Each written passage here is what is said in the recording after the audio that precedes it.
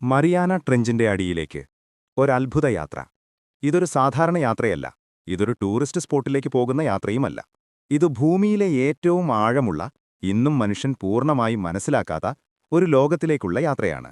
Mariana trench. യാത്രയുടെ തുടക്കം. Pacific സമുദ്രത്തിന്റെ നടുവിൽ നമ്മളൊരു ഗവേഷണ കപ്പലിൽ നിൽക്കുകയാണ്. കാറ്റ് ശാന്തമാണ്. വെള്ളം ഒരുപാട് സമാധാനത്തോടെ കാണുന്നു. പക്ഷേ ആ സമാധാനത്തിന്റെ അടിയിൽ ഒരു ഭീകരമായ ആഴം മറഞ്ഞിരിക്കുന്നു. ഇന്ന് നമ്മൾ ആ ആഴത്തിലേക്കിറങ്ങും. Surface zone. ജീവന്റെ ഉത്സവം. സബ്മേഴ്സിബിൾ വെള്ളത്തിലേക്ക് പ്രവേശിക്കുന്നു. ചുറ്റും നിറഞ്ഞ മത്സ്യങ്ങൾ. സൂര്യപ്രകാശം വെള്ളത്തിലൂടെ കുത്തിനുളഞ്ഞു കടക്കുന്നു. ഇവിടെയൊരു സജീവമായ ഇക്കോസിസ്റ്റമാണ്. 200 മീറ്റർ. വെളിച്ചം അസ്തമിക്കുന്നു. നിറങ്ങൾ മങ്ങുന്നു. നീല കറുപ്പായി മാറുന്നു. ഇവിടെ നമ്മൾ കാണുന്നത് ലാൻഡേൺ ഫിഷ്. ഈ ചെറിയ മത്സ്യങ്ങൾ സമുദ്രത്തിലെ ഏറ്റവും വലിയ ബയോമാസ് ഉള്ള സ്പീഷീസാണ്. ഇവയുടെ ശരീരത്തിലുള്ള പ്രകാശം ഒരു കോഡഡ് ലാംഗ്വേജ് പോലെയാണ്. 500 മുതൽ 1000 മീറ്റർ. ഇരുട്ടിന്റെ ലോകം. ഇപ്പോൾ ചുറ്റും പൂർണ്ണമായും ഇരുണ്ട ലോകം. പെട്ടെന്ന് ഒരു പ്രകാശം തെളിയും. Angler fish. ഇവയുടെ തലയിലുള്ള ഗ്ലോയിങ് ലുവർ ഒരു ക്രാപ്പാണ്. ഇവയുടെ വായ വളരെ വലുതാണ്. ശരീരത്തിന്റെ പകുതിയോളം. ഒരു വിചിത്ര രൂപം. നമ്മളൊരു സുതാര്യമായ ജീവിയെ കാണുന്നു. Glass octopus. ഇവയുടെ ശരീരം ഓൾമോസ്റ്റ് ഇൻവിസിബിളാണ്. കണ്ണുകളും ചില ഓർഗൻസ് മാത്രമേ കാണാൻ കഴിയൂ. 1500 മുതൽ 3000 മീറ്റർ. സമ്മർദ്ദത്തിന്റെ രാജ്യം. ഇവിടെ ടെമ്പറേച്ചർ വളരെ കുറവാണ്. മർദ്ദം അത്യന്തം ഉയർന്നത്. പക്ഷെ ജീവൻ തുടരുന്നു. Giant isopod. ഇവയൊരു പ്രീഹിസ്റ്റോറിക് ജീവി പോലെ തോന്നു. ഇവ വർഷങ്ങളോളം ഭക്ഷണമില്ലാതെ ജീവിക്കാൻ കഴിയും. 4000 മീറ്റർ. എബിസൽ പ്ലെയിൻ.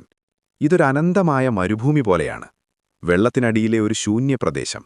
പക്ഷേ അവിടെ ജീവനില്ല എന്ന് തോന്നുന്നത് തെറ്റാണ്. See cucumber. ഇവ സീബെഡ് വൃത്തിയാക്കുന്ന സ്കാവഞ്ചേഴ്സാണ്. ഒരു വിചിത്ര വേട്ടക്കാരൻ. നമ്മളൊരു നീളമുള്ള ടെൻറ്റക്കിൾസ് ഉള്ള ജീവിയെ കാണുന്നു. Dumbo octopus.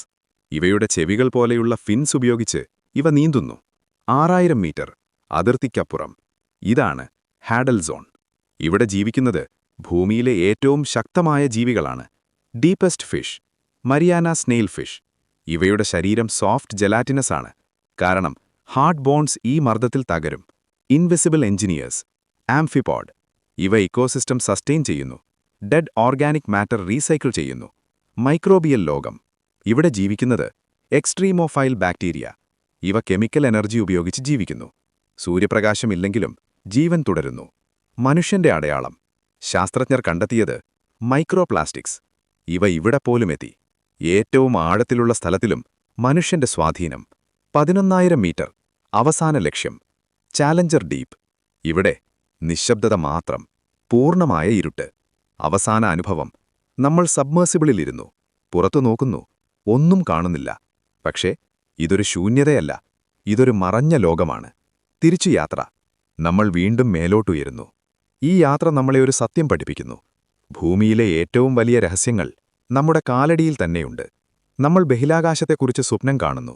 പക്ഷേ നമ്മുടെ സമുദ്രത്തിന്റെ അടിത്തട്ടിൽ ഇനിയും കണ്ടെത്താനുള്ള ഒരു ലോകം ബാക്കി. ഈ യാത്ര നിങ്ങൾക്കിഷ്ടപ്പെട്ടെങ്കിൽ ലൈക്ക് ചെയ്യൂ, ഷെയർ ചെയ്യൂ, സബ്സ്ക്രൈബ് ചെയ്യാൻ മറക്കരുത്. ഇനിയും ഇത്തരത്തിലുള്ള യാത്രകൾക്കായി.